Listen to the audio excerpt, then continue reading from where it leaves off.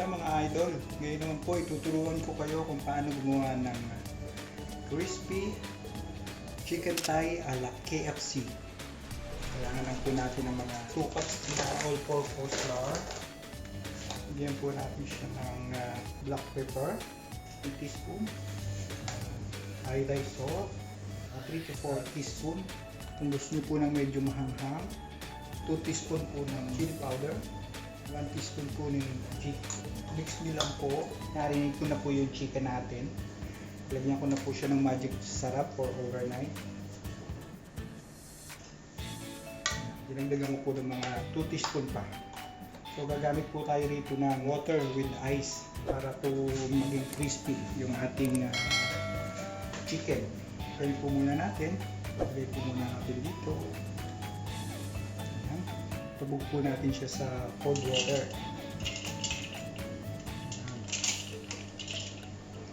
Okay. Then, balik po ulit natin siya. Ito po ginagawa namin sa KFC para maging crispy.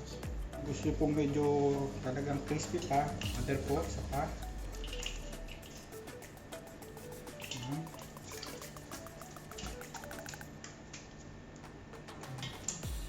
Natin.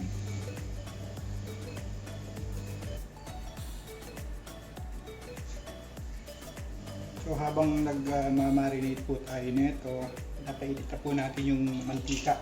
Kailangan po kasi mainit na mainit. Ready to cook na po natin to. Ngayon po, i-drop na natin yung ating chicken. Dahan-dahan lang po at mainit to. Kasi kailangan po natin mainit na mainit. Sa KFC po, mga 15 minutes po yung maluluto. Init lang po ang ating pagluluto ng crispy chicken thigh ala KFC.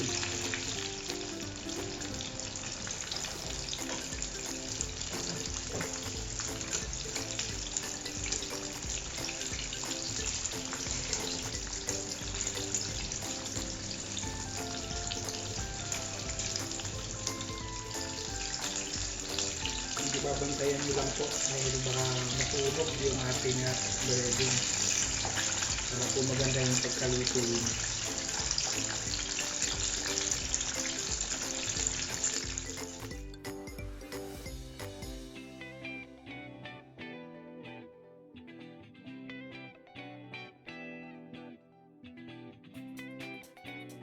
Ito na mga idol, luto na yung ating crispy chicken thigh ala KFC. Maraming salamat at sana nag-enjoy kayo. At kung bago kayo sa aking YouTube channel, pakiclick lang po yung subscribe button at pakiclick po yung notification bell para palagi kayong update sa aking mga susunod na videos. Maraming salamat sa suporta and God bless.